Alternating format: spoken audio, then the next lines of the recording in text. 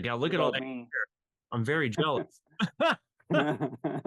Yeah, well, I don't have a lot of good background. Well, I don't know. I guess this room is all kind of funny. No, it's perfect. So it's okay. But it's a lot better. Mine's just the bedroom of my bedroom. So yeah, it's Yeah. I'm not that interesting. So cool. All right, let's get started. Hey. Um, Welcome to Trailer Punk Podcast. My name is Justin Hamline, and today I have Brian. Is it Esser? Am I saying that right? Yes. Uh-huh. Awesome. Brian Esser, one half of Yip-Yip and Cabo Boing. Thank you for coming on my podcast. I appreciate it, man. I love your work. Oh, no problem. My Um, pleasure. is there anything you want to promote before we get started? Any plugs? No, not really. Just hanging Just out. just hanging out. Yeah. Sounds good to me. Tell me about before we get started in life and all that kind of junk. How's the art scene out there in Orlando?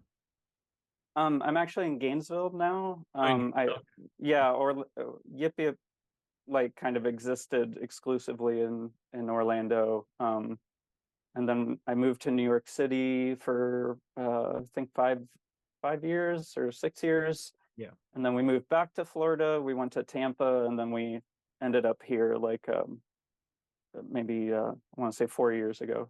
Wow, all over the. So yeah, bouncing around a little bit. Florida in general is great. It's it especially in Gainesville, it's really consistent. I think that was one of the draws to me moving here. Or us moving here was just how consistent Gainesville's been since Yip Yip started. So I think other cities, including Orlando, there's ups and downs, and you know, Yeah. you'll have amazing periods, and you'll have periods where you're like, oh, what's going on? Where did where did everyone go? And you kind of have to wait for that next batch of people. Yeah, I get that. Yeah. Yeah, absolutely. What was it like for you growing up in Florida?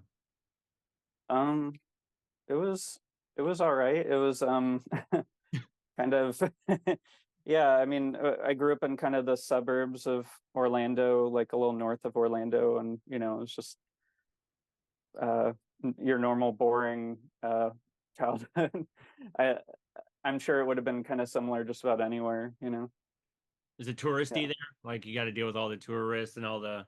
Not where we were. We were like about 30 minutes north of Orlando and probably an hour away from Disney. So Yeah. um that just yeah, none of that really, just a kind of quiet suburban town called Longwood, Florida. That's where me and the other half of Yip Yip are from.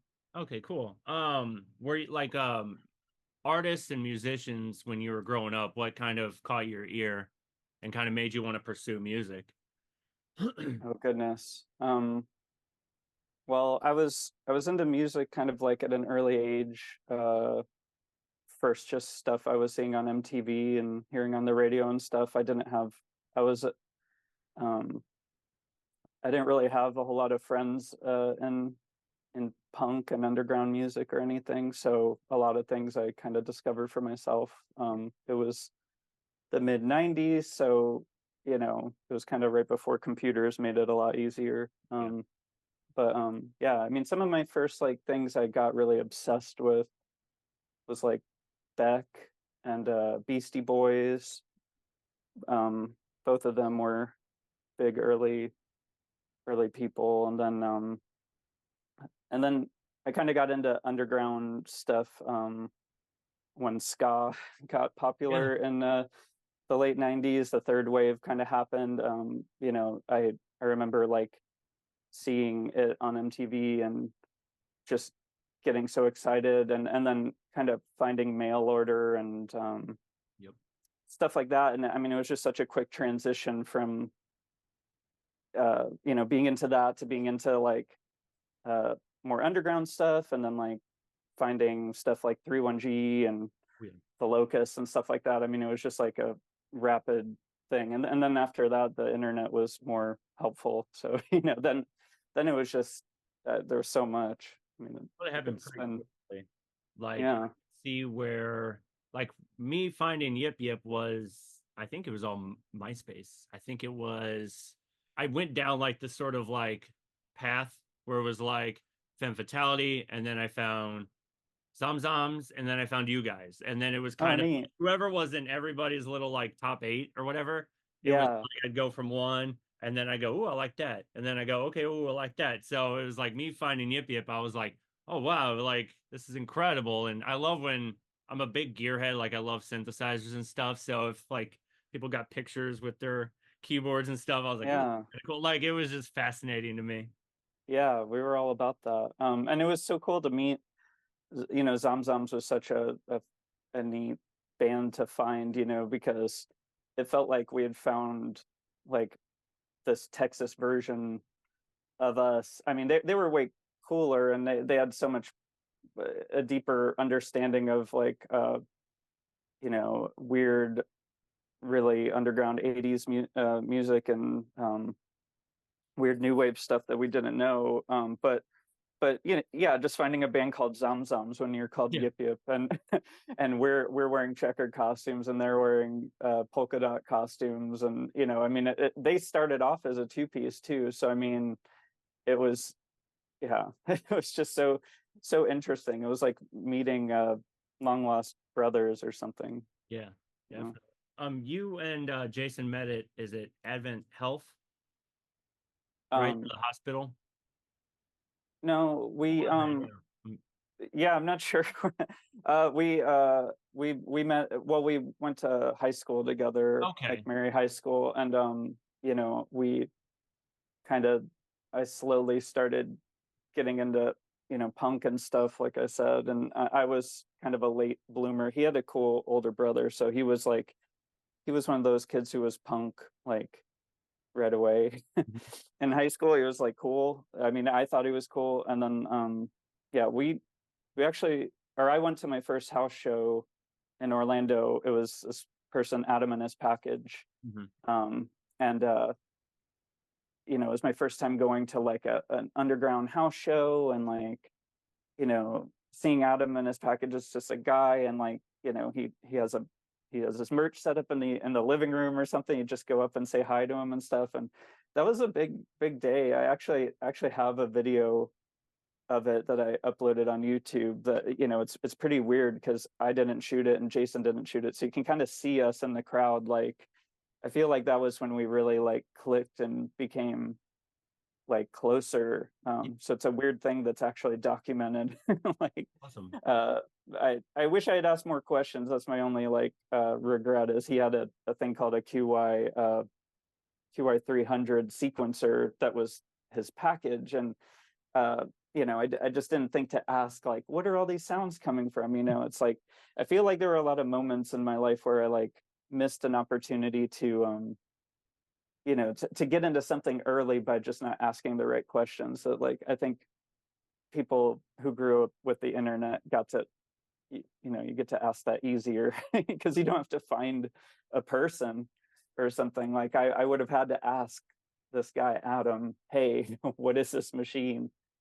And maybe he would have told me, maybe not, I don't know. Right. So you guys are what, over 20 years of Yip-Yip. Talk to me about that. Like, how does that feel where it's like, what's the thoughts and feelings when it comes to wow, 20 years, over 20 Oh years, goodness, really? there's so that's hard to answer. Like, I mean, there's so, I'm like kind of a emotional, you know, take everything probably a little too, you know,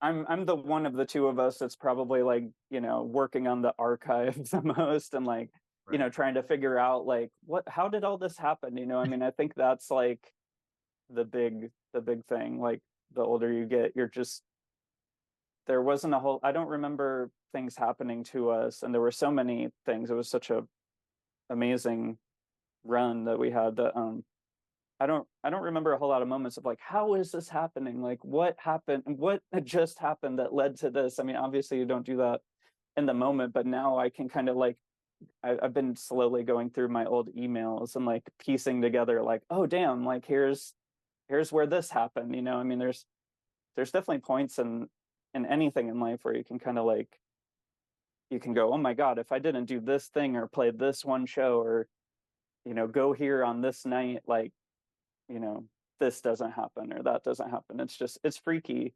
I mean, I guess that's really what I'd say is it's just freaky. Like it's been a long time. I feel very detached from it in a lot of ways. I feel like it's almost a different person, even though I really haven't changed all that much. Mm. Um, but yeah, it's something I think about a lot.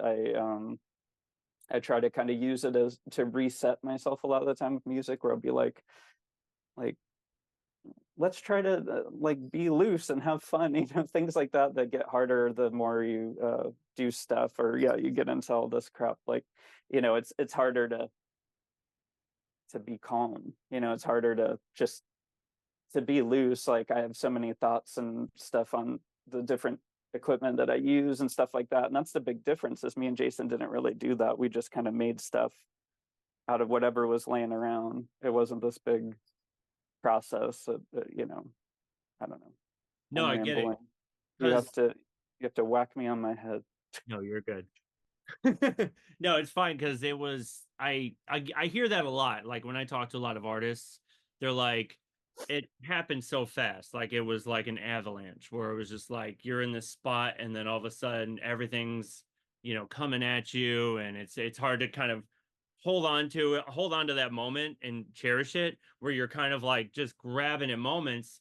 And then when you stop and you're like settled in, you're like, oh, I wish I would have fully accepted this or took in this. Yeah, I think at the time with you guys, you know, between, 2002, 2003, you guys were kind of working on your sound or whatever, trying to figure it out. But then all of a sudden you're going on tour and you're going here and going there. And then, you got, Orlando Weekly, you guys won all these awards. So it's just like there's so much coming at you. And then when you get yeah, older, which I'm starting to understand, where it's like once you're like settled in and kind of resting your old bones or whatever, you're kind of like, why didn't I, yeah, fully envelop this? Or you're trying again. I understand when you're trying to piece everything together. So that yeah. makes a lot of sense. I It's get it. freaky. It's totally freaky. I mean, there's things like, we were influenced by well, we were influenced by so much when we were starting, but this band The Locust was obviously they were a big one for us. And you know, we like started recording and like we would give them our CDRs. We weren't even playing shows or didn't even have a concept of how we would ever play a show at that time. And they would be like, oh, cool. And like they take the CDRs and like they communicate with us online and stuff. And then, like 6 years later, or not even 5 years later, we're doing like a run of shows with them in Florida with Daughters and Cattle Decapitation. And 6 years later, we're touring with them, like from the East Coast to the West Coast. I mean, that, it's unbelievable, but also like that tour was kind of in like a weird period of analog to digital. We used to work in photo labs, so we have amazing documentation of the beginning of our band, and then like after we quit those jobs because the photo labs closed, basically, like in that period, basically right when those tours happened, like we just bought like off the shelf, like, these crappy little flip cameras and stuff. And so we go on like the biggest tour of our lives with like this horrible camera that we don't even test, no analog film, like it's cell phone era at that point. So, but like bad cell phone. So I have all these photos that are like, I can't even imagine what resolution it is. It's just like, how did I, how did we like, and I know our priorities were all fucked up. Like we'd buy synthesizers and stuff all the time. Like, why didn't we like stop and be like, wow, can you believe we're doing this? Like, we should probably have a camera to document this for later. So I have so little from that tour. It's really sad. You can't change stuff like that, and that's fine. That doesn't really mess with me too much. But like, but yeah, I guess it messes with me more just thinking about that, how quick that was to happen, to like go from, being the nerdy people staying late after the show to hopefully get a couple words in with a band you really like, and then the next thing you know, you're touring with them. It felt like it feels like no time at this point, like zoomed out. It's like, you know, but again, going through my emails and stuff, there's so much correspondence. I mean, JP helped us so much in those early days, and like you forget a lot of that stuff. I'm really glad that I have, the stuff I have documented, and that a lot of things luckily haven't disappeared offline, like these old emails. And Wayback Machine has been really helpful, like piecing together the puzzle. Yeah. Stuff like MySpace being gone is kind of like, I'm sure there's Oh, so much. tons of stuff on there, but whatever. But I've got a good, like, I've got like, even if this was all I got, like my archive is pretty all right. Like I'm feeling okay about it, and I try to do better with that now. Obviously, it's like Cabo Boing in every way has felt like a second chance, and so I do a lot of things different, trying to make sure I don't, um, you know, don't blow it, or I don't know, don't have less regrets. Maybe, I don't know. I think with Cabo Boing, from doing an outside perspective, I think you're doing pretty damn good considering. I mean, it's very avant-garde, and I mean, even Pitchfork gave it a 7.5, I think. And you caught the ear of Sarah Sherman from SNL. I think that's a Yeah. pretty good. I mean, how did that happen? How did that come about? Well, we met her doing, or I sorry, I say we a lot when I do Cabo Boring. It's No, that's very okay. dumb.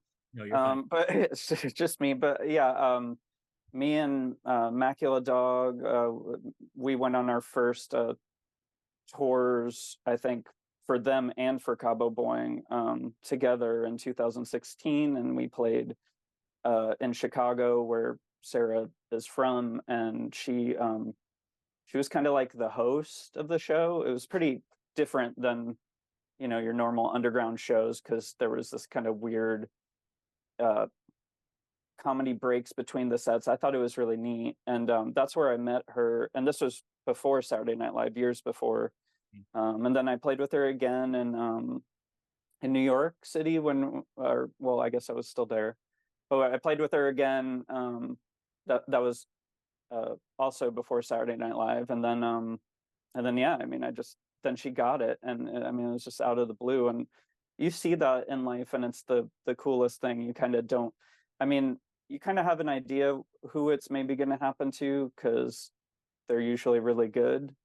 But you know, to say I would have known that Sarah Squirm was going to be on SNL, like when I first saw her, would be, I don't know that. But there's a lot of things, like, even going back to Yip-Yip or something, I'm not surprised by the ones that people seem to remember more. It's like, oh, they were really good. Yeah. you know uh yeah, that's how I met her, and she keeps in touch. I mean, it's been like a really neat thing where, like, I've had her, like, respond to, you know silly things I post as stories on Instagram, and like she'll respond to it on a Friday night, and it'll be during, like, Saturday Night Live season, and you're almost like, how do you even have time for this? I thought isn't this like the worst part of your life right now? The notorious Saturday Night Live stories. Maybe it's not so bad anymore. Right. No, I mean, I think most of it, from what I've heard, it's like crunch time is like, um, oh gosh, let's see. A lot of them will stay late, like in the beginning, and then they'll kind of, try and get more comfortable as Saturday approaches or whatever, from what Yeah. I've heard. I listen to a lot of interviews and stuff like that. So, but Yeah. yeah, I remember hearing a lot of people be like, oh, they'll stay overnight and try and work on something or whatever. So, I mean, hey, I mean, she's talking with you. I think that's pretty incredible, man. Yeah, I mean, it's a really natural. I mean, we would be friends either way. So I mean, that feels awesome. And I have a number of friends like that, that where the friendship hasn't really changed, despite maybe things happening in their lives that are huge. And it's hard with people like that. You want to be supportive, but when they get bigger, you're kind of like, oh, I'm just like one of, like, you know thousands of people being like, I love that sketch last Saturday, and like, but you also want to do that too, because I imagine there's times where maybe they want to hear from people they actually talk to, or feel like they're actually friends with, or whatever. And so I don't know, I'm the biggest, especially at this point, I'm the biggest fan of all my friends. I mean, I wouldn't be doing it if it wasn't for them. And that goes back to old Yip-Yip friends to people I've met with Cabo Boing. I mean, I'm just so excited for a lot of people. And kind of, I almost look at it from a backseat kind of place. I'm not really, I don't expect or like imagine. I've already had a lot of good luck with Yip-Yip and Cabo Boing. A lot of things I would have not expected. So at this point, I'm kind of like, I'm good. Like I'm kind of trying to continue existing. It does get harder the older you get, but like there are people where, they're really going for it in a way that I never did. And you want to just be their biggest fan and Supportive. really, Yeah, it's yeah, I mean, important. it's Supportive to cool. It's like, everybody, especially around this time. It's you as an artist, you want to put your stuff out there. You want to communicate. Like social media is meant to be like, hey, let's communicate, no matter how many states are yeah, between us. And a lot of people, I think, use it almost negatively or use it to focus on, like a money grab or whatever. But when it comes to you and, a lot of these other artists, it's like, no, I'm here to support you. I'm here to be like you and be with you and try yeah. and, yeah, It's all about community to me. yeah, If and that community, especially for me, goes beyond just Gainesville or Florida. It's my friends are kind of everywhere, spread out at this point, and yeah, a lot of them I don't see for months, years, decades. Like it's crazy, but I try to keep in touch the best I can, and I'm wildly excited anytime I hear news of any of my friends like putting out a new thing. absolutely. Um, yeah, I honestly wouldn't do it without them. I might say that 1,000 times on the podcast, but I mean, it would have been so easy to stop after Yip-Yip if it weren't for friends new and old. And that continues. I'm like almost like a vampire. Like I need inspiration, or it won't happen. Yeah. And every time I get it, I my friends will know, like I tell them often, thank you. This is like saving me right now. I needed this so bad. No, I get it because I think a lot of it, even me when starting this podcast, like I've done music and stuff, but I kind of put that on the back burner just because of life and work and everything like that. And it's important to have people there that are like, I like what you're doing. Please keep it up. Like, Yeah, having that kind of support, like it really helps around this time when you're just like, you're kind of like, oh, why am I still doing this? What's the point? Blah, blah, blah, blah, blah. You get the demons in your head. And then all of a sudden you got people who are like, no, no, no, just keep doing it, man. We love it. And we're supporting you. Blah, blah. And you're just like, oh, okay. Like you just feel the need to keep it going. So yeah, it's huge. yeah. But I try my best with that to tell people, that I'm excited when if I'm following their stuff. I mean, I can't keep up with everyone, but the people I do keep up with, I'd like to think I'm hopefully one of their biggest fans. I think you're doing pretty good. Yeah. Thanks. Starting out with, I mean, if we can go back to Yip-Yip, um, you sent me like basically your entire discography. I appreciate it because it's some amazing stuff. With skills and high heel to mammal. I like you were just like, oh, it's rough. I don't like I like the sort of like raw DIY type of stuff. So I really think it was great. What was it Thanks. going in? Were you guys doing like at home recording, and what were you like Yeah. during that? Yeah, 100%. We were so Yip-Yip kind of started. We we had a friend who recorded us like a few songs for us. It was just us kind of playing around on keyboards, and this person kind of weirdly disappeared.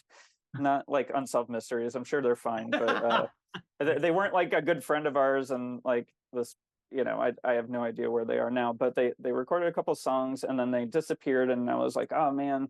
I went home. I still lived at my parents' house back then. This was like 2001. Um, I and I told my parents, and my dad was like, you know, here, I got something for you, and like he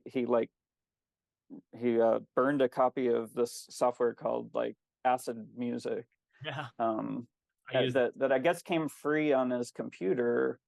Um, and I don't remember him really showing me how it worked. I don't know if he knew how it worked, but like I took it to Jason's house.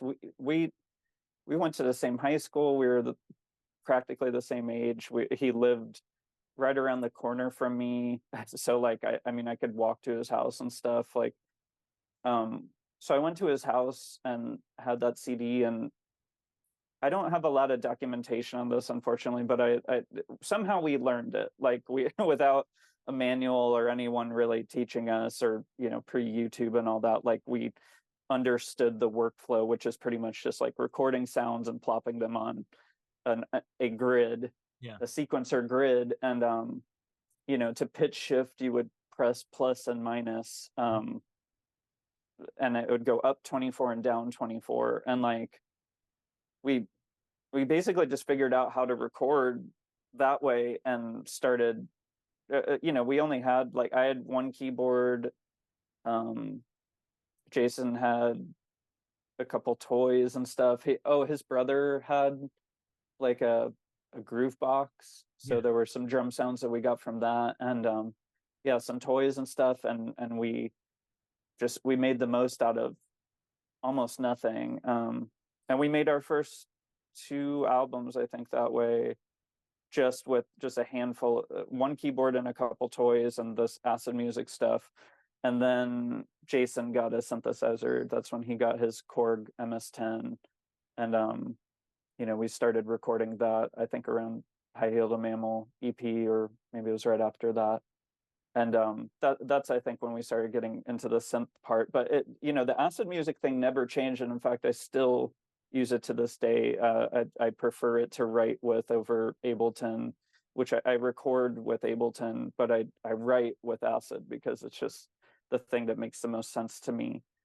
There's a simplicity to it that I think is kind of beautiful, and I try to share it with people that I meet now, or younger people when they write me. Like uh, I've gone on Zoom and Instagram video chats with like people of all ages, kind of showing them like, hey, this software still exists. It's been bought by a couple different companies now, but you can still get it for about $25, and you could make music with it, and I like the accessibility of that. I can't imagine like, if I'd, back in 2001, was like, oh man, my this person moved away, and my dad was like, well, you could get a software for $300. Like, we would have never done it, and so that's such a weird thing. I mean, I think about a lot about that, like the randomness of that. Like, if my dad didn't have that software and give me that CD, that's kind of one of those like major like single moments that, like,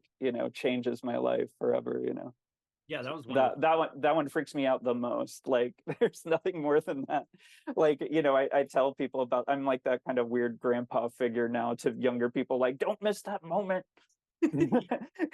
Like, be ready for that moment and take it. right. No, I get it, because I was using acid as well in the beginning, Oh, and cool. it does have some simplicity to it, and it did make things like, I have a Mac now, and I mean I use Reason and everything like that, but nothing competes with the simplicity of Yeah. acid. I think I even used to use was it Magix, Yeah. Magix? I used to Yeah, use that's what that. they sold it to. That it was like, first it was Sonic Foundry, and then it got sold to Sony, and then it got sold to Magix, and I think it's still technically Magix, but it got sold again. It's weird now, but I mean, it does exist, and I've tested it. It works. These new versions, they maybe changed it to look more modern or whatever, but it essentially still does the same thing. And I've tried a number of softwares, and I don't think I've found a single one that does that plus minus pitch shifting with the ease that um, the acid does, as far as like it being on your computer. Like, even in Ableton, like if you were to do what we were doing in acid, like you'd have to double click on each sample and go and twist that knob or something. Like, it wouldn't work the same. I love that, whoever designed that. Yeah, Thank you. I do. That's everything. We weren't technically skilled people or anything. So I mean, we were computer people, like computer musicians, but we didn't fit in with anyone at the time. You know, the IDM was like a big thing when we were starting out, and then, but I mean, we didn't like dislike it necessarily, but we didn't fit in. It felt like way next level. I mean, we didn't mess with MIDI until 2008 or 9. Like, I didn't even know what it was. No, I was the Just same way. some of I these came things into that are the late. huge parts of my life, I just like did not. I just, you know, and I'm sure that helps. You know, I mean, I don't know, the simplicity. I think about it all the time. Like, you know, Yip Yip, when we first started, we on the first album, we would basically make a song a night and we would burn it to CDR, and we'd listen to it in the car on the way to the arcade and the hospital that we used to like to eat at night. They were open all night, and and each day we'd like burn it with the songs prior, and like eventually I think we got up to like 30 songs or something. And that, I love that speed, you know, and I think a lot about that now, where I'm like, oh, could I ever even get remotely close to that again? You know, I mean, that's the problem with getting more into gear and stuff, is like, you know, now I really want to show off some of these things that I have that I didn't have back then. That's going to take more time, but the speed and the looseness, I'll kind of forever miss and kind of touch bases with, you know, like you were asked earlier, if I, you know, what I think about you. That's the thing I probably think the most, you know, is just trying to reference different versions of my music making times and be like, could I do this again? Can I access this brain even, like, you know, 25%? Could probably maybe be helpful, you know. No, I know what you mean. Do you remember your first show with Yip Yip? Like, Yeah. you remember the thoughts and feelings were like, can you go back to that moment and kind of describe it to me? Well, we kind of have like, we have a couple different it's hard to like say our real first show, you know, like our first, you know, we did this thing. We had a party one time when my parents were out of town at my parents' house in Longwood, and we invited all our friends. And this was, I think, when we had the 6 songs and before that person had moved. So we like burned it to CD, and we like dressed up in like tinfoil and stuff, and like completely wrecked my parents' living room and stuff. And like only I think 2 people came or something out of the, there were more that we invited. uh and like, you know, and we kind of like wrestled, you know, it was like we just kind of like wiggled around the room or something, and like, you know, I don't know if that counts as a show. And then like we did another show within the same year, back in 2001, where our friend Mike booked at a like an anarchist bookstore kind of place, and a lot of people were doing like really punk, like local shows in Orlando at this place. It was called Stone Soup Collective, and it was the kind of place, if you knew somebody who volunteered there, like you could basically just write in your name as like, I'm gonna play this night or something. So Oh, yeah. we eventually, like, you know, had enough songs, and we had made all these little like kind of sort of music videos. They weren't really, they were just like us doing random things in costume, and like um so that was kind of our first show too. We like had costumes at that point. We had all these videos, and we booked a show at Stone Soup and put the 2 different video tapes that we had made on 2 different pedestals, and um like and we played that for the crowd. I think in our head we were like, you know, we barely understood what performance art was, but we thought we were maybe doing that. And then it wasn't until 2003 that we played our first show, weirdly at this place called The Social, that was like the big venue in Orlando at the time. We somehow got asked to open the show at The Social, and we weren't really ready. And that one, I think, is like our first real show, because we actually had equipment. We had bought a sampler at that point. You know, a lot of stuff was just slow learning for us. You know, we had made music on a computer for years, and it was like, you know, it took a while of us learning that, and then like okay, now I'm ready for equipment, now I'm ready for samplers. Right. And then yeah, all the way up to our last album in 2009, I think, is when we started working on the vocals that would be on our album Bone Up. Just that it took us that long to like even really try to do vocals for real, and like consider like we could do that. Like we just kind of moved. I think we developed slowly, even though things were happening kind of fast for us. We always had a day job, so like uh so we could only go so fast, you Yeah. know. Get it. Yeah, definitely. Yeah. Who created the costumes? I mean, you guys went through so many different costume variants. Yeah. There were different people at different times. Our first costume was made out of like Santa Claus costumes that I borrowed from my photo lab job. As I borrowed a lot of things from that job. Right.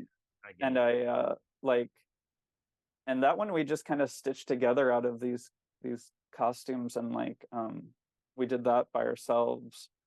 And then that kind of morphed a little bit, and then yeah, I mean, we were cats for a minute. We were kind of these weird, scary, like I forget what we would call them, like doom trooper type people, like with these weird welding goggles and Yeah, stuff. And like yeah. that one was like kind of assembled out of different things you could mostly buy, like a swimmer's cap and these welding goggles and some other odds and ends. And then the checker costume came.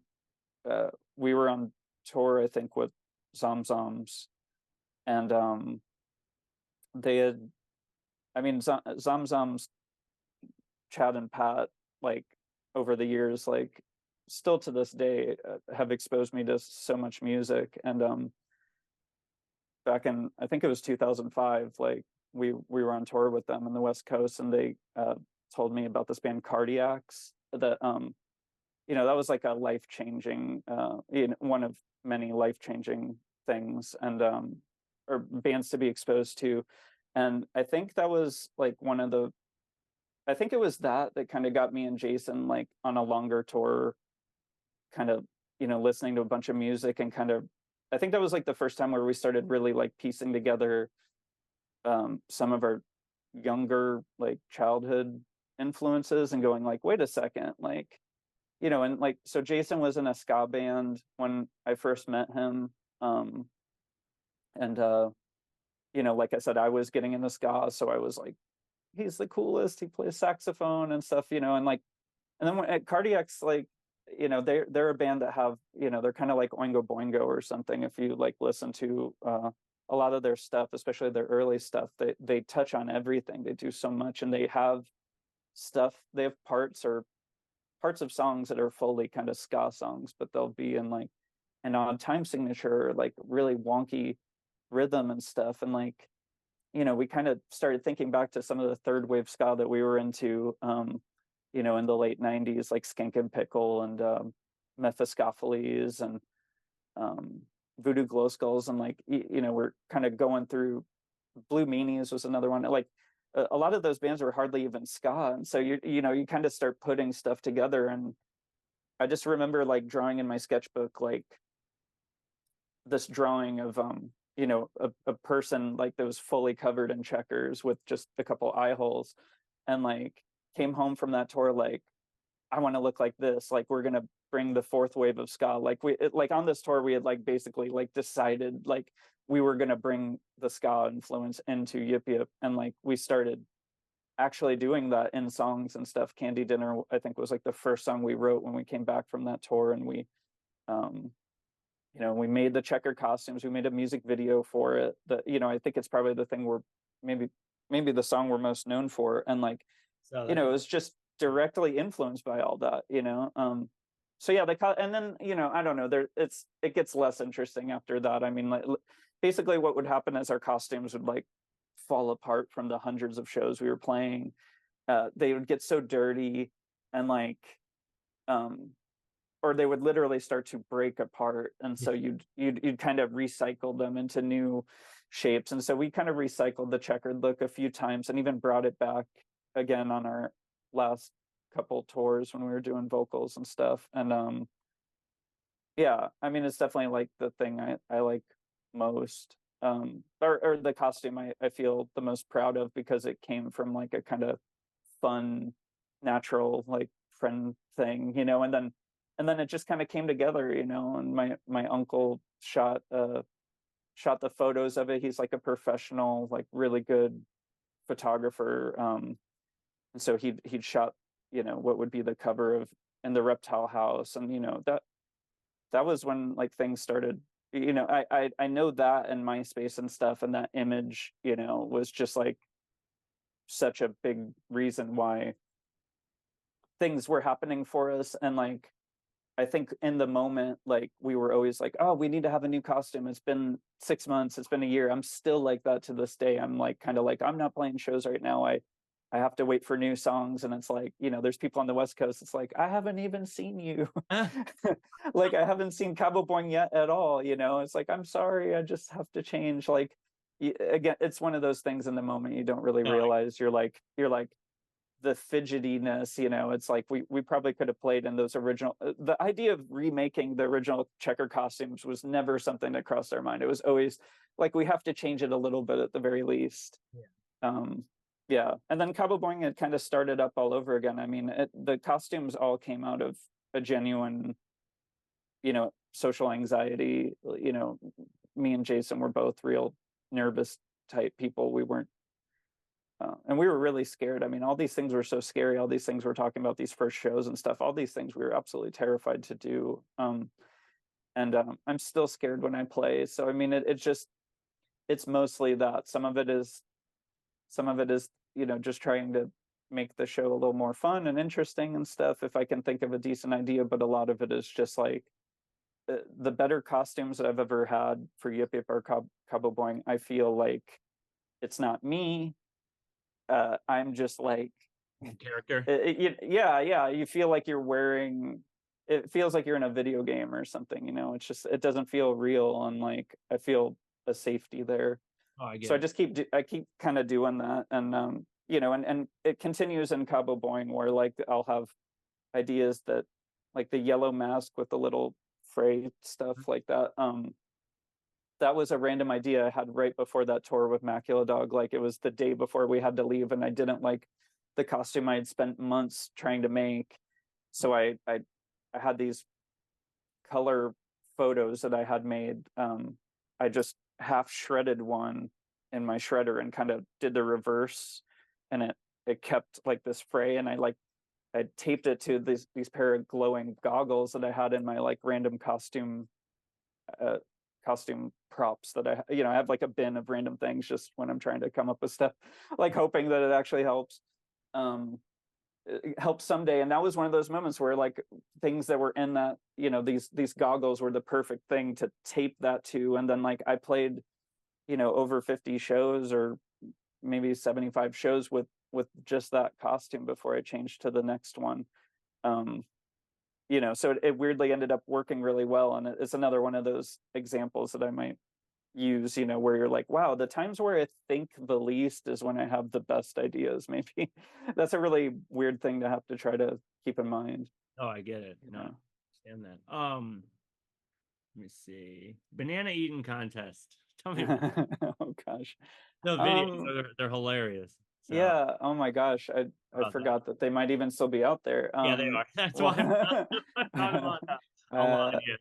yeah, I mean, well, I say we were nervous, and we were, but like there was kind of a fun period in those first few years of Yip-Yip where uh, I don't think I realized it at the time, but like we had a decent amount of friends. And like there were, like one time we played just a few years into Yip-Yip existing, and like we played a house show Mhm. on Halloween, and like two people dressed up like Yip-Yip. And it didn't hit me for a while like how weird that was. It's like, oh, we're like, I was so blown away that they had made the costume out of like paper, like toilet paper rolls and stuff.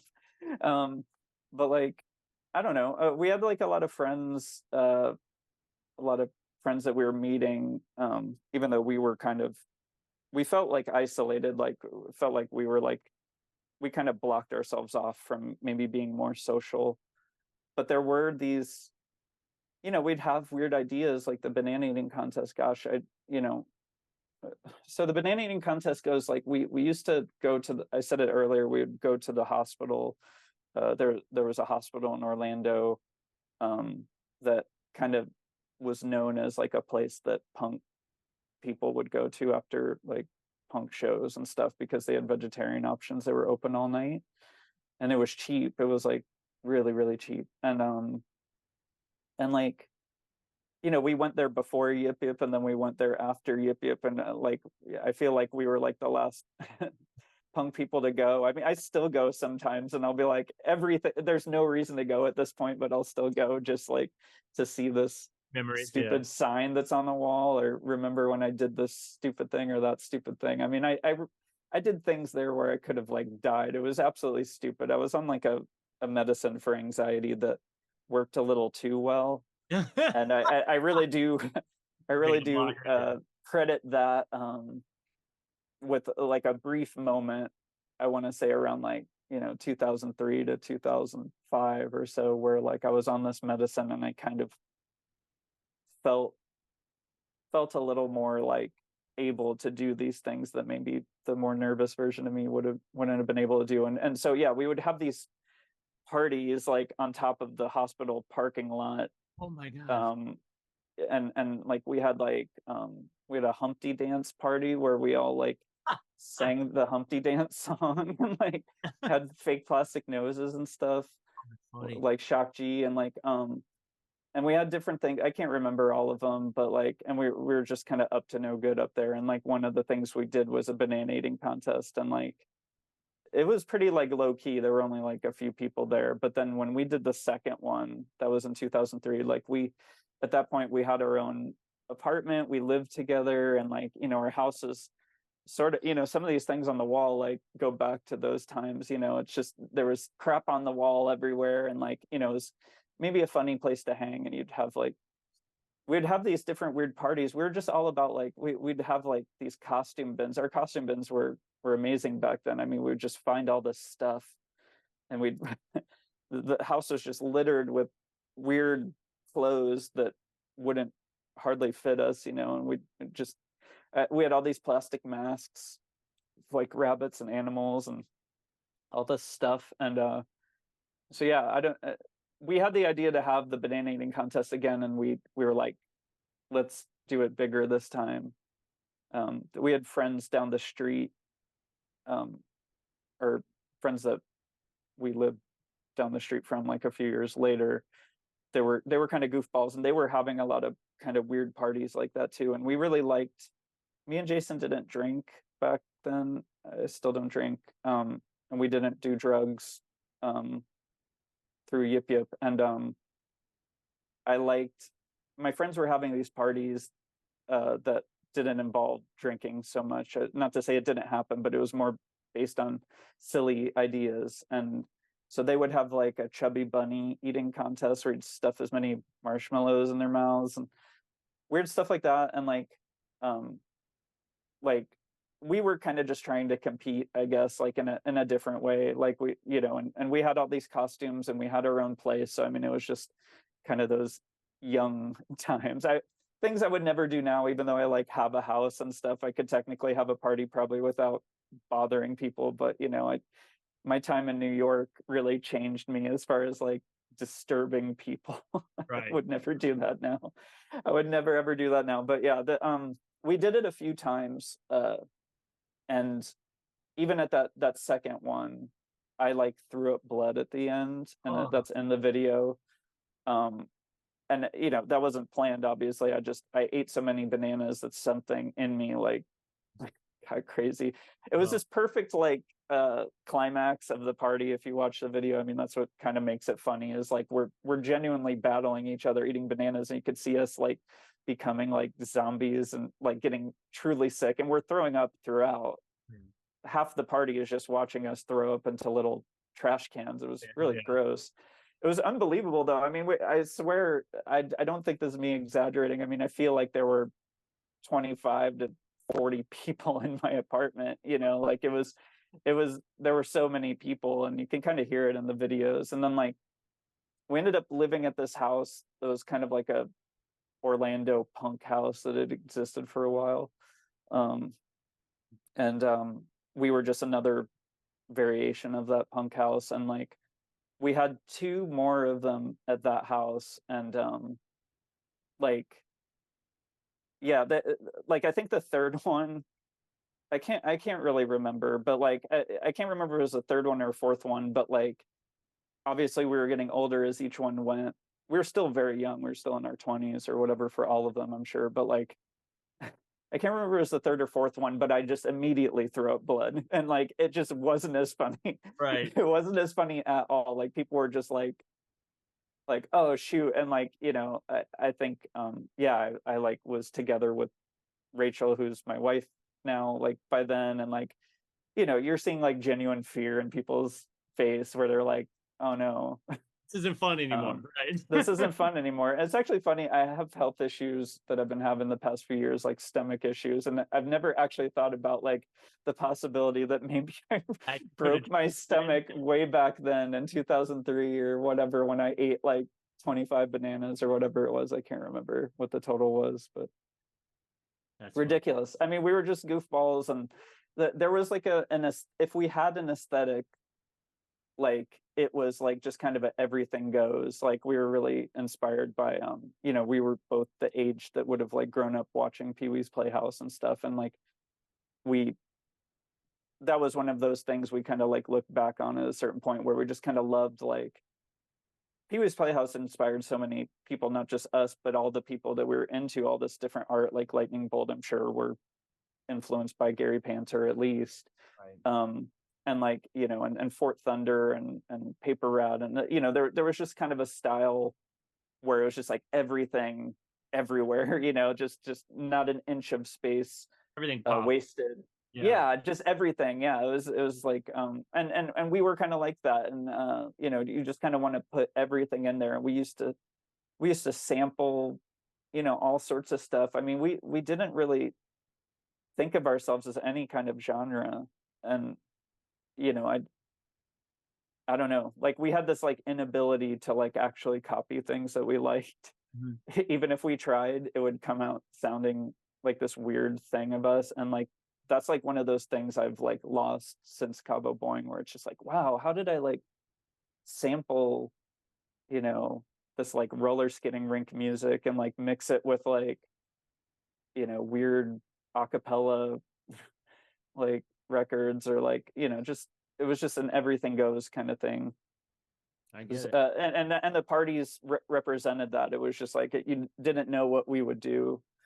It was very thrift store. We were featured in CMJ. That was like kind of a big thing when we had the checker costume. And like I think the first line was like, Yip-Yip are a credit to the recycling program or something. And I didn't get it at the time, but later in life I was like, yeah, we were. Like that's exactly what we were. We were like this recycling of everything we ever knew, immediately. That's brilliant. Your first when you started, oh, did you go on tour or did you sign with a label beforehand?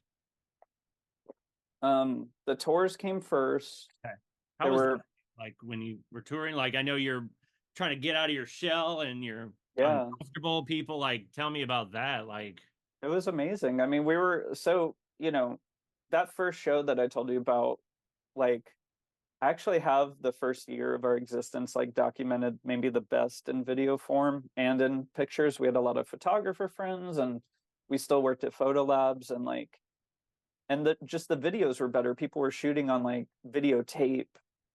And so I have like these perfect renders of that before we got into like more smaller, you know, things that just were always had bad sound and stuff. yeah, And I can actually see it in the videos that I have from 2003, 2004, like just this unbelievable quick developing thing where like we went from like our first show, I can hardly watch it, to even just like 3 or 4 months later, it was like, oh, this is it. Like we figured it out. yeah. It's one of the weirdest things to to witness, because I mean, talk about things I didn't understand at the time. I really didn't. I had no idea. We always thought we were bad. Like it really wasn't. It wasn't until the end that like I remember like when we were on tour for Bone Up, Yeah. like having a talk with Jason where I was like, "Hey, we're actually all right now."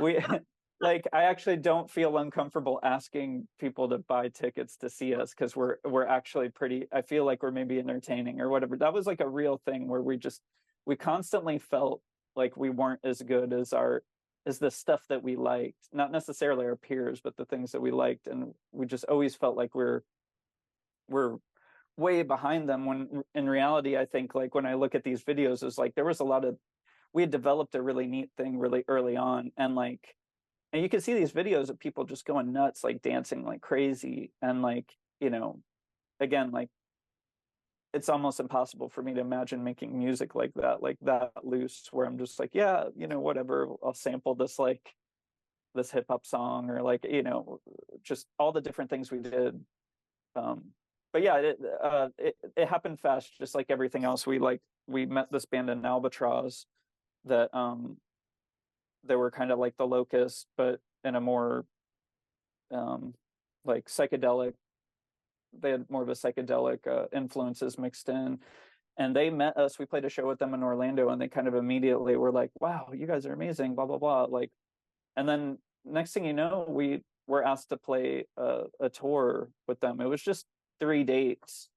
It was Wow. 3 dates with them and like 6 dates, I think, total with the other bands that were on the tour. And we said yes, we dropped everything to do it. It was only a few months away. And, I have good memories of all that. It's I feel like we like rose to the occasion. I'm sure we maybe didn't feel like we were, but like we clearly something was happening. And then yeah, we met Zomzoms right after that in our second tour. I think we're coming up on the 20-year anniversary of it. Is like uh later this year. We tour with Zomzoms. We meet Zomzoms, we book a tour with them. This is all done just we're both helping each other. This is all like MySpace days, so we're just like hitting people up, and we booked a pretty decent East Coast tour all the way up and down to from New York and back. And we just kept booking tours. And so I can't remember. I feel like we did maybe 2 or 3 before SAF Records hit us up and asked to re-release an album we had basically just put out with CDR called Protel Thinker. They re-released that, and then they did 2 more albums. So they did three total. And it was kind of like yeah, it was like we started touring, and then the label happened, and then the booking agent thing happened, and it was just kind of that's why 2004 to 2008 I'd say is like a big blur to me. Like I have this like show list for Yip-Yip that I've been working on for years. It's just like how did we do this? How did we do this around work? That's the thing I can't like how were our jobs so okay with us just like skipping out for 4 months or whatever. It was just wild times. Awesome. Touring with the Locust. I 2 episodes ago I talked with Justin Pearson on here, and you guys were touring. You guys came to St. Louis, and I told him that was the time they got robbed in St. Louis. Oh gosh, yeah, that was a bad day. Yeah, what was your experience with that? Like, you we guys were were playing we pretty were good stuff. there.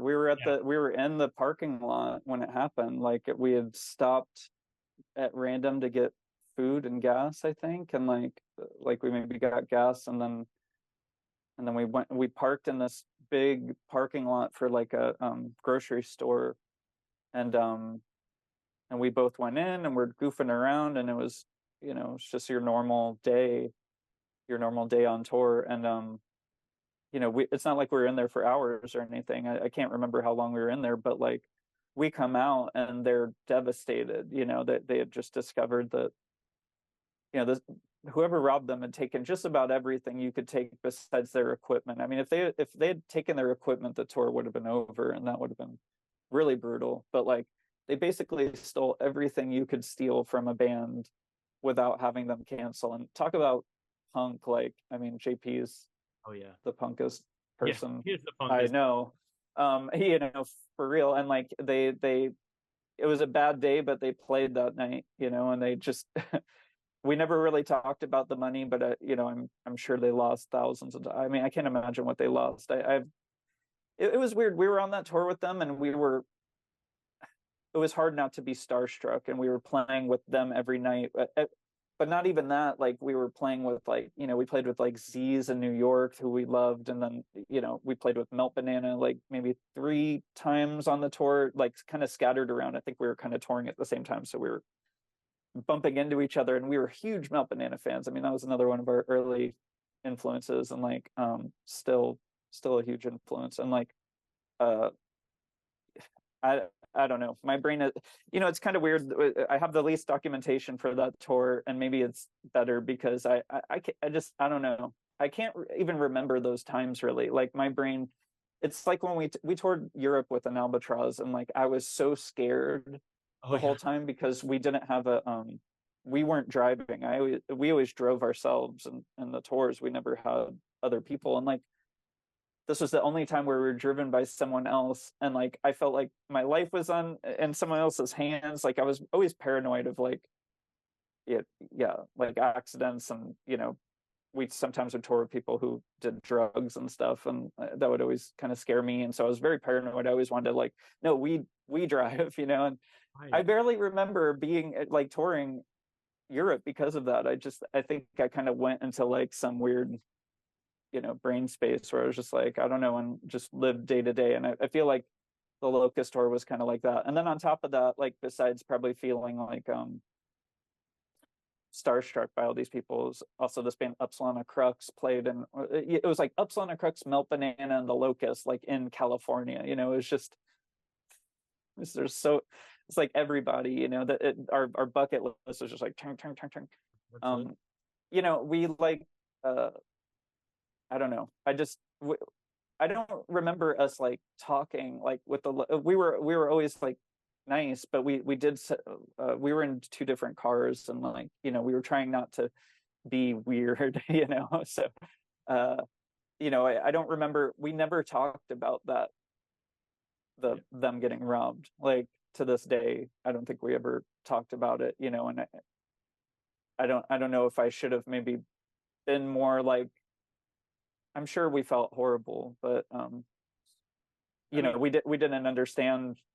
I didn't even fully understand how bands like that existed, because we still were doing these tours around work. So we were, that we were getting paid, and we were always like making a little bit more than breaking even, like, but nothing that we could seriously feel like I could live on this.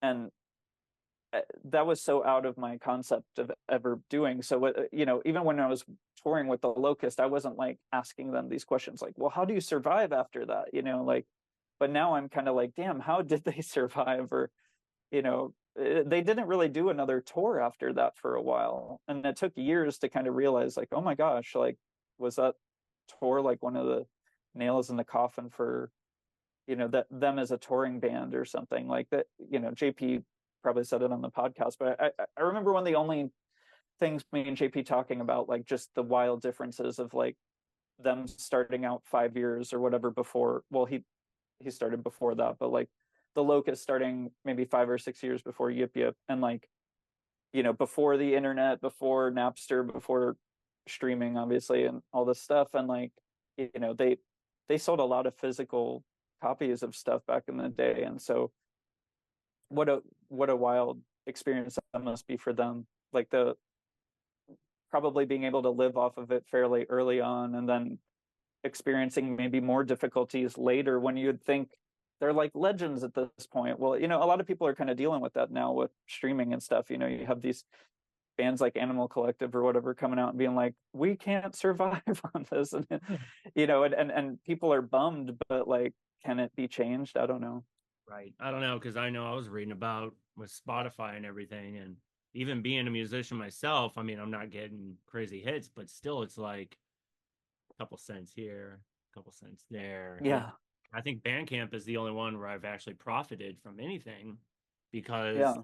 they'll they take a small percentage, but still, it's like they even give you, like, Bandcamp Friday, where they'll just be like, here's all the money, anybody who buys Yeah. it's all your money. So it's like there's those little things that kind of keep pushing you, but still with Spotify, it's like, ooh, it's tough. You have to, Yeah, and touring now is like difficult because, gas and just, I mean, a lot of people aren't going to too many shows now unless you're big and you have this yeah, ravagant stage performance or whatever. A lot of people are just like, yeah.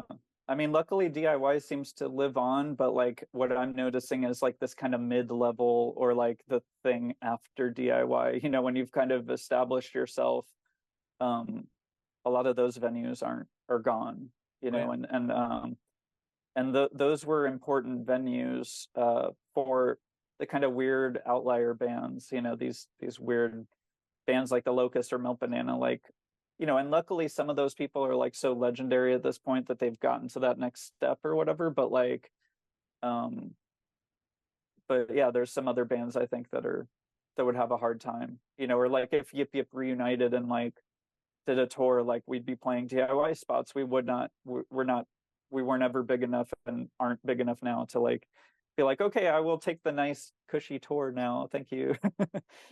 That one, that's only a small group of people that kind of got that made it, and they're the ones that kept going, never stopped. um let me see. Pretty much covered. Oh, the homecoming dance. You guys played a homecoming Oh dance. yeah, yeah, that was How did funny. that come about? Well, that was, part of those like weird years, 2003, 2004. I think it was 2004. We had a friend, we have a friend named Max Hartley who, I don't remember how we met, if it was online or just at shows or whatever, but he was like a kid. I mean, he was still in high school, and we were just a few years out of high school, I guess, at that time. And like, he asked us to play. He worked on the yearbook committee or something, and so like whatever. And so it's like it was Lyman High School, which was our neighbor school. It was like, it was like we would have went to Lyman if we lived like just a little bit more south or something. And like, um they so the Max like worked on the home or the yearbook committee, and I guess in doing that they had to, part of their job as that club is like setting up stuff for the homecoming dance and maybe prom and stuff, I don't know. But like, uh but basically like he just had this idea like, we'll get Yip-Yip to play. But we were like, so I don't know what we expected leading into it, I can't remember. But like we did not play inside where everyone was. We played this like scrappy outside show through like one busted, PA type speaker, or something, Yeah.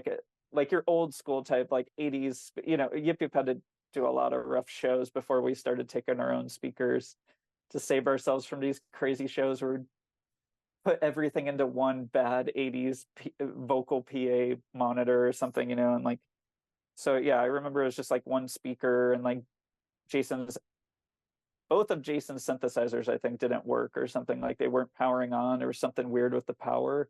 So we ended up having to play my synthesizer. And um, at the time I had a digital synthesizer, and maybe had two digital synthesizers, and he was kind of getting all analog, and he had really kind of learned how to use these analog synths, Yeah. dial up his patches by hand and stuff. And like, so he gets on my like Novation, he's just like, I hate this. He hated that show, it was a bad show. But it was funny. And yeah, we were smart enough to have a camcorder ready. And we had a friend from that house that we lived by that were having the weird parties, like we had him kind of open for us as a clown, this clown act that he would do at parties sometimes. He did it at the banana eating contest too. I think the banana eating contest would have been first, and then we were like, you should open for us at the homecoming dance. It's just, it's kind of one of those things.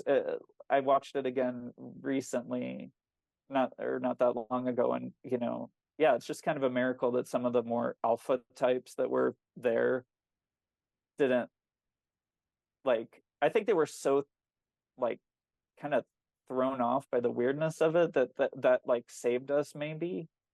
That it was, and maybe the clown act was really just like, all right, this is just too weird, I'm going back inside or something. But Right. you could see this look in certain guys' faces, it's like, how can I ruin this?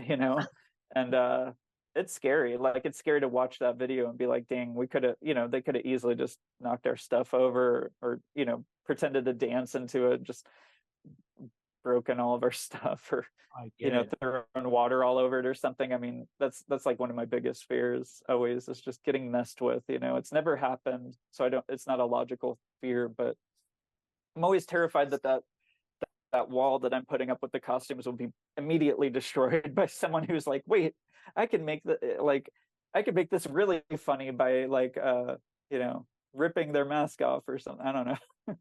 No, I get it. And oh, you brought up a quote. You're talking about the mask. Let me pull it up because I wanted to. When you guys decided to show your faces, and it says our welcome is easily worn out. That's why we're adding video to our performances now. I realize the problem is with us as a live band. I know it's hard to make people enthusiastic about what we do. We're not that fun. We're not all like dance, like night dance fest. We're playing synthesizers. And I've had to deal with that where I got, people who are DJing, and I'm the only guy that's got synthesizers and, Yeah. tracks or whatever going on. And I don't know where, like, I always thought having the gear up on stage would make people like, oh, but I mean, people get more into it if you're a DJ. And like, it was one of those things where I could totally relate, where it was like, I thought I Yeah. was doing the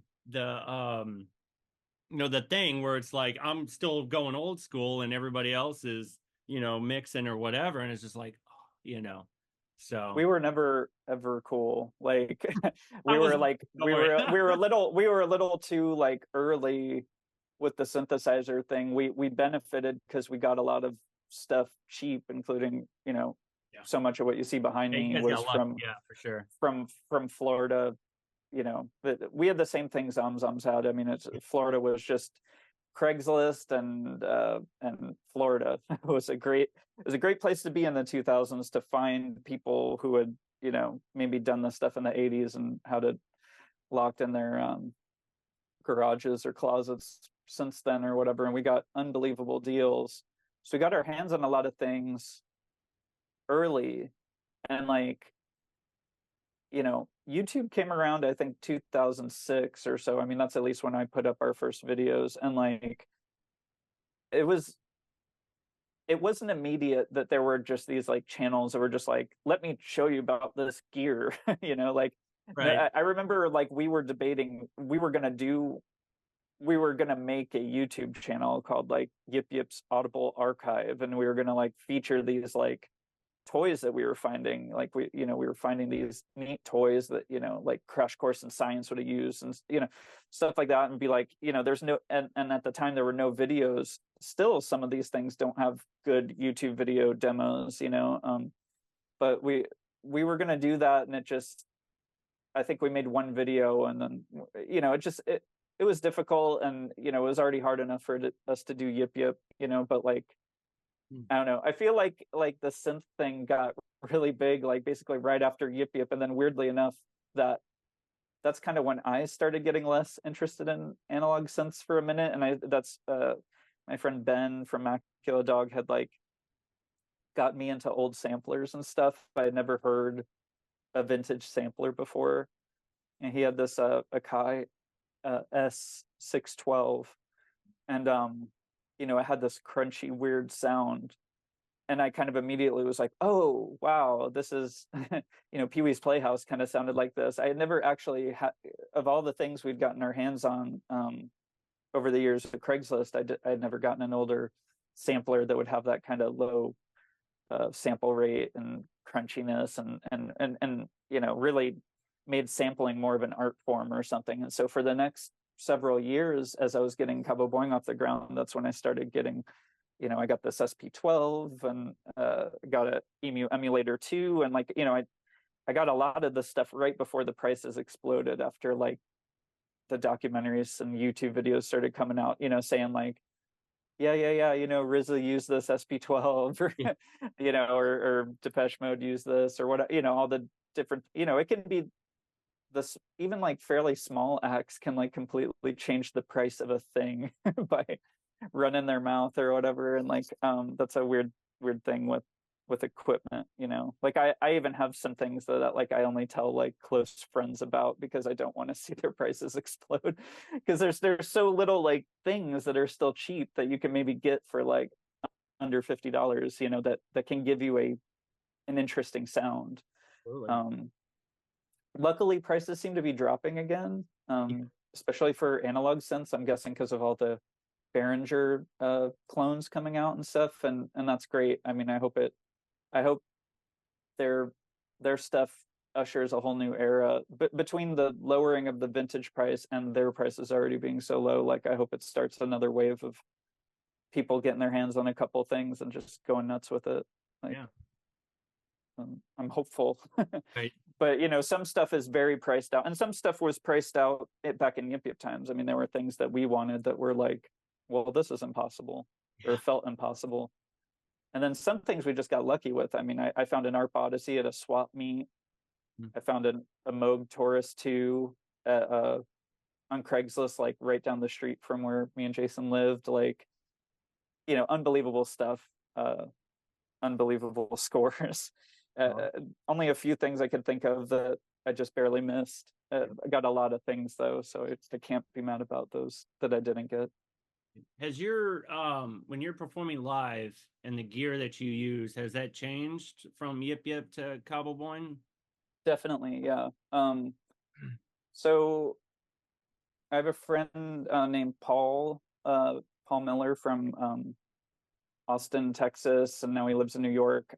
He worked at the synth shop that Chad helped start. Chad A from Zomzoms started a synth shop after Yip-Yip, or after Zomzoms was over, called Switched On, and Paul was one of the techs there, and he was just this prodigy, you know, like he was younger than all of us, but he he had the technical know-how of like my dad or something, you know. It's just unbelievable like what he knew about like how to fix synthesizers and how they worked and recording, and like, and that started this like amazing era back in Austin before some of those people left, and kind of the in between Yip-Yip and Cabo Boing. And so I had started getting my hands on like some of the weird early pitch shifters, Mhm.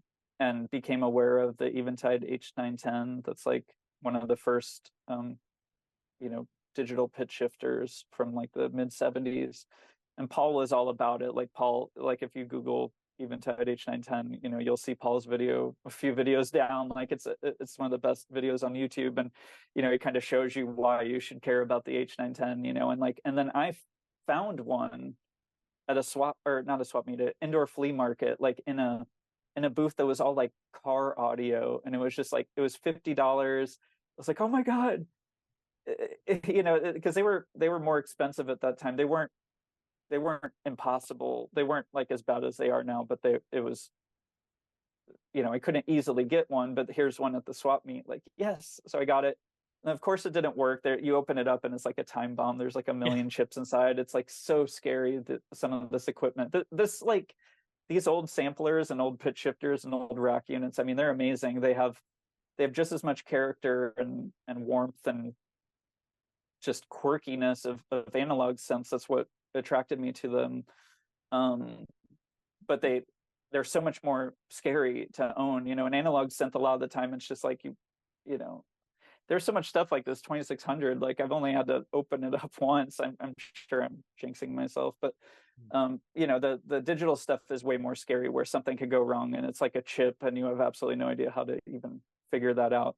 Anyway, I sent that to Switched On while Paul still worked there, and he seemed to be like one of the experts, one of the only people who would even take it as a repair. And like he fixed it, and he even fixed a second one for me. You can see him behind me, maybe. Yep, there they up. I even powered them on just to show that they're You know, working. my ADD and ADHD, my eyes keep looking at Yeah, this. the red dot. Well, I tried to Oh power yeah. on more, and my power Yeah. thing like started beeping. I was like, oh shit, I guess I don't turn on a lot of this stuff Right. No, altogether. you're good. And so I think it was this like weird yeah, I bought this thing for in case like, lightning, Yep. kicks the power out. Like, but I guess if I turn on too much stuff, the thing's like, nope, I'm not protecting you. Beep, beep, beep, beep, beep. It happened. That's why I was late to starting the interview. You're good. But anyway, he fixed that H910 and sent it to me, and it was, another one of those like, one of those magic moments, where I was struggling to get Cabo Boing off the ground. I was worried that it was just going to be like it would sound like Yip-Yip, but like half as good or something. And like, um, and I get this H910, and I kind of realized the way it works is it reminds me so much of the acid music pitch shifting. I mean, it's this number, and it works. You feed in like a keyboard. It calls it a keyboard input, but it's basically like it's a phase lock loop, like pitch tracker of like really, really, really high, like triangle wave or square wave, and it like um and it follows it amazing. Like you could have portamento or LFO and it'll track it perfectly. Like I genuinely believe it's better than MIDI because you can do things with this keyboard input thing that you couldn't do um with a pitch shifter that has MIDI control, because maybe it can shift the notes, but you can't add that portamento, or you can't easily add the LFO or whatever. The H910 follows. It's an unbelievable machine. It sounds so good, and like I got my hands on it and kind of realized like, oh, I can take the stuff that I made with the computer pitch shifting it up and down.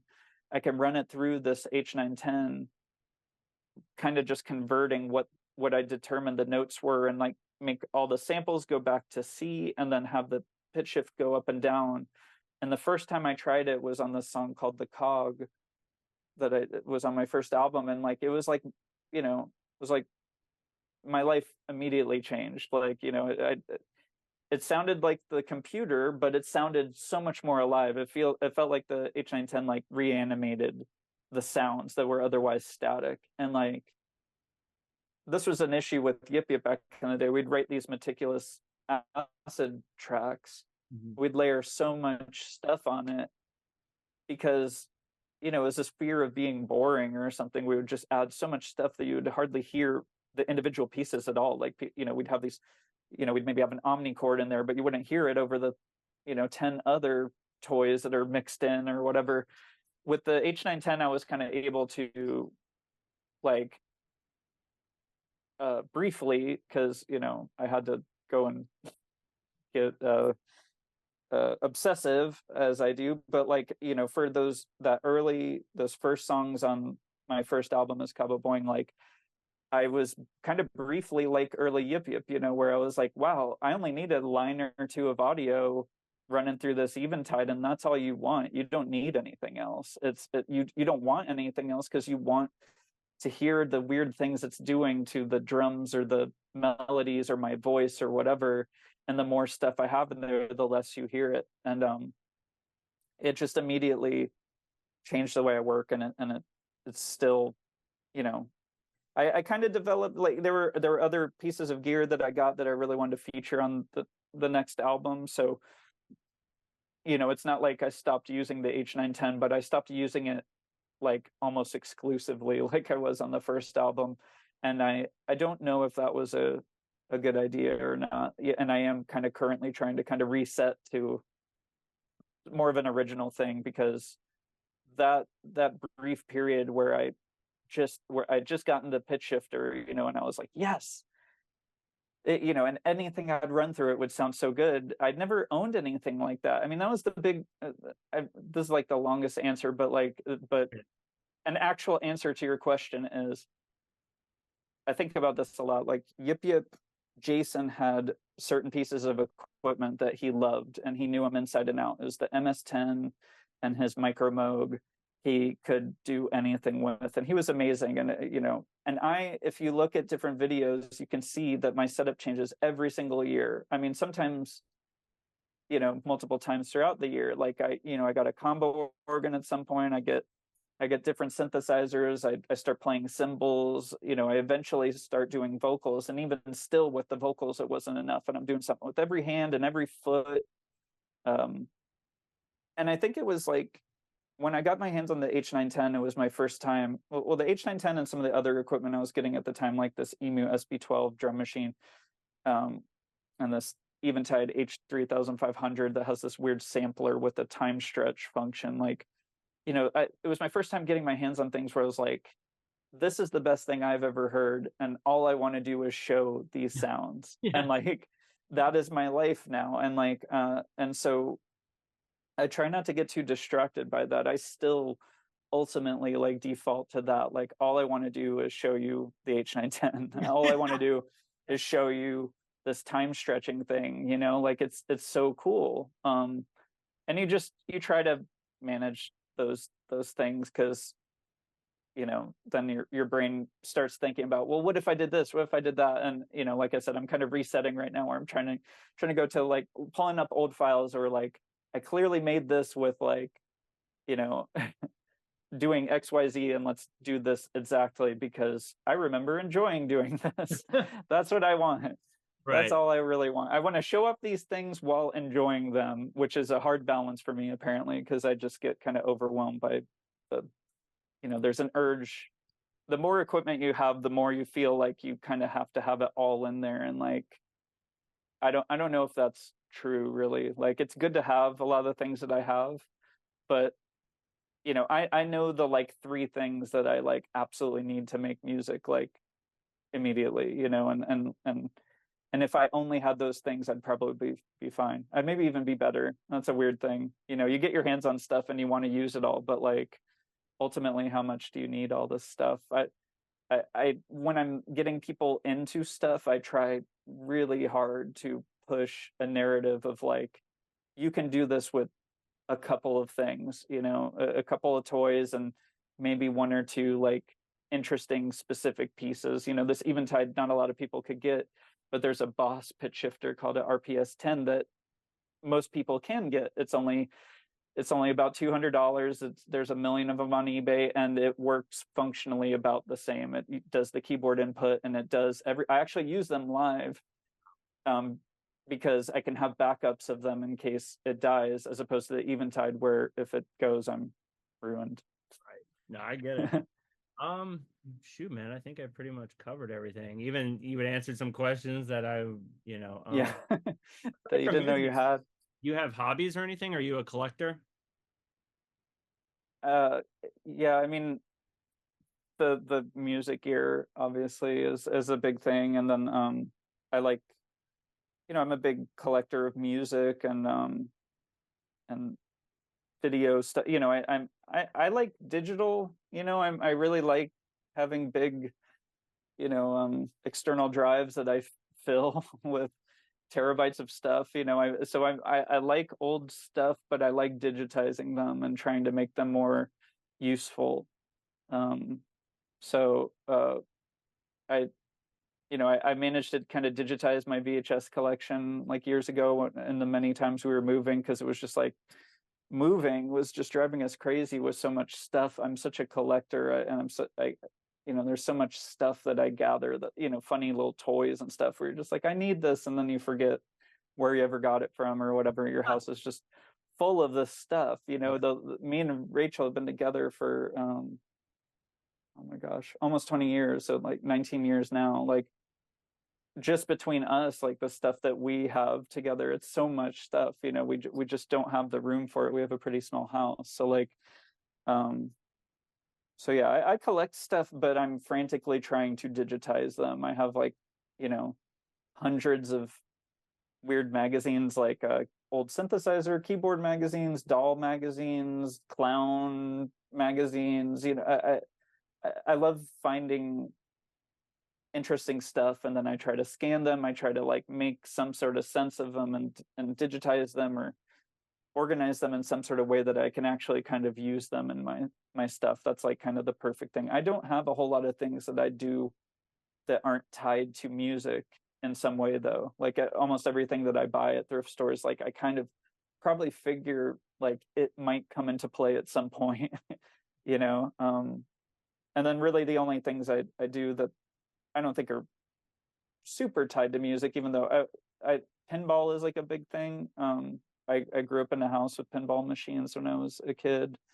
My dad worked at a pinball factory, and so there were pinball machines in the house. And then he kept them in the house. He would put them in bars and stuff during the kind of slower days of pinball. And it's another one of those things that's wedged in there very much. The older I get, the more I like try to figure out what made those things work. And you find this overlap between you find out that like Yamaha FM synthesizers, like some of them have the same chip that was used in pinball machines. They're just like, oh my gosh, I can't believe this. So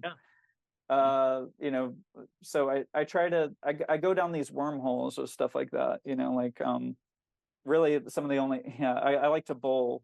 Bowling is maybe if there's one thing I like to do that I don't think has any tie to music and is just something I enjoy, is like I like to go bowling sometimes. I don't go enough. And I like to go roller skating, but even that I think if they're playing the music I want to hear, it's musical influence. So it's a lot of it ties back to music.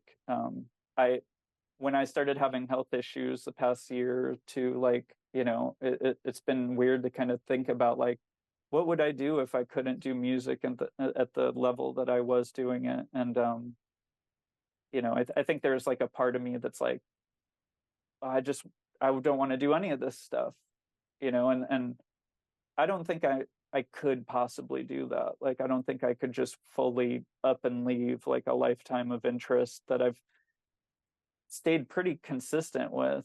And like, okay, now I just like to do I can't even think of a normal thing people like to do, hiking or something. I don't know, like those things never happen. I never have those moments of like, I feel like I'm open to them, they just aren't happening. But right. Maybe I'm not as open to them as possible. There's definitely, I've had like coworkers in the past few years that will kind of point out like, you could do this, you just are choosing not to. Right. And be like, oh, okay, yeah, no, you're right. There's a lot of hard no's coming out of me. The older I get, the more I don't want to do things that I want to do. Like time is such an important thing the older you get, where, and I have a full-time day job, so I'm protective of that time. Yeah. And I don't want to waste it. I don't blame you. Cool, man. Well, I think I pretty much covered everything, dude. Thank you so much for being on my podcast, man. It's truly thanks. great. I love your work, I love your music. So I really appreciate you having me and talking about all this stuff. It's really fun to kind of blast through 20 something years and try, and every time I do it, the few times I've done it, like that I'll kind of come away with something where I'm like, oh wow, I didn't realize this led into this, or and so I try not to be too nostalgic or too fearful of the future, and try to live in the present. I'm not very good at it, but I do think sometimes there's it can be helpful to analyze the past. And so that's why I'm definitely, I have to do it in limited. I can't talk about Yip-Yip all the time without like getting emotional and weird about it, but like I do like to talk about it. I think it's interesting to talk about, regardless of how big of an impact we made or whatever. Like, I don't know, it's still fun, and I know like I know that it's helped a handful of people, and that's enough for me. And that's why I continue to do stuff now. It's just like I'm all basically just do stuff trying to hoping to keep things moving with new generations of people getting into this stuff. Yeah, I get it. So it's really cool. I mean, on Instagram there's people who message me who are like younger than I was when I started, and I try to be as helpful as I can without being weird or whatever. Like, I get it. There's no mystery. Yeah. I'm maybe like mysterious with the costumes, but if you actually message me online, I'm like, here, or he, even in this podcast, is like, blah, blah, blah. Let me tell you everything just in case it helps. Right. Yeah. Anyway. All Cool, right. man. Well, cool. Thank you so Thanks much. so much. All right, you have a great All day. right. All right. Thanks. You too. See ya.